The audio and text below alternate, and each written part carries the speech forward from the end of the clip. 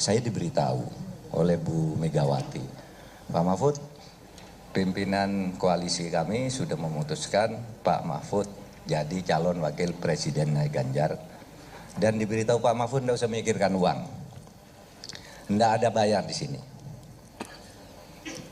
Oh, kaget saya, lu katanya 1,6 triliun gitu. Saya kaget.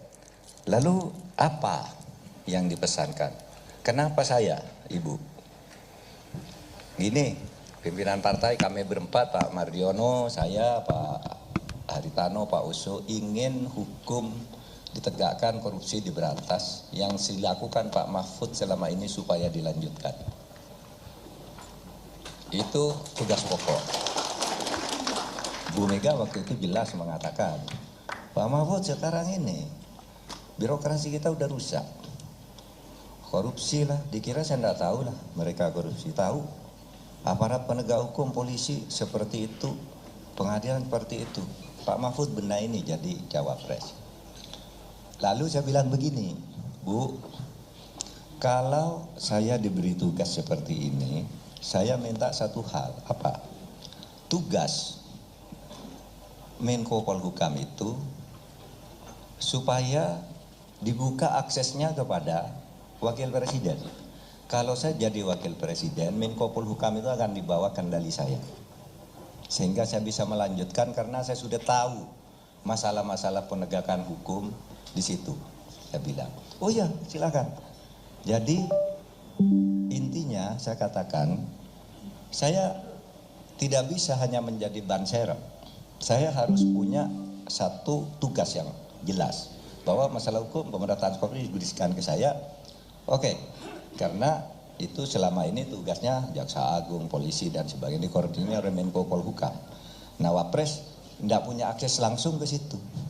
Selama ini tidak punya akses. Nah, kalau saya ke Wapres, ini berikan ke saya kewenangan. Setuju. Bu Mega setuju, saya juga bicara dengan Mas Ganjar sebagai calon wakil. Oke, malah bagus kalau ada yang mau ngerjakan gitu. Nah itu. Jadi insya Allah nanti tidak akan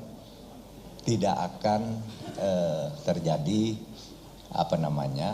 sekedar cadangan kalau presidennya hanya upacara-upacara gitu. Saya kira mubadir gitu ya kalau hanya upacara-upacara seperti itu.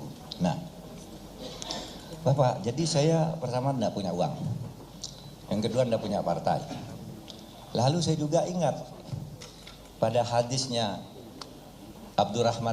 hadis Nabi kepada Abdurrahman bin Samurah itu agar kamu jangan buru-buru jabatan. Karena kalau kamu jabatan itu kamu kejar, nanti Allah akan membiarkanmu. Tapi kalau kamu peroleh karena diminta, maka Allah akan menemanimu. Kan begitu.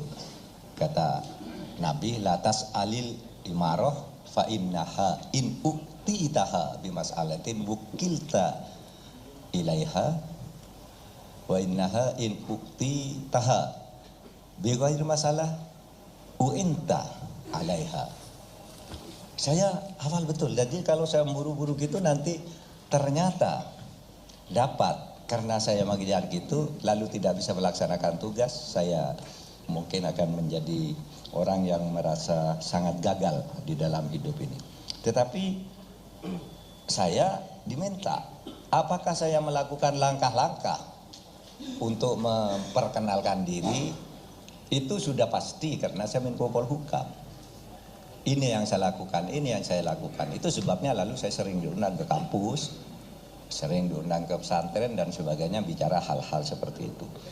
Nah, itu para ulama, para hadirin sekalian tentang kenapa saya kemudian sekarang menjadi cawapres. Jadi saya tidak melakukan lobby, tidak melakukan pendekatan kepada tokoh parpol, ya bicara-bicara gitu, saling lempar bola gitu, pada akhirnya jadi juga.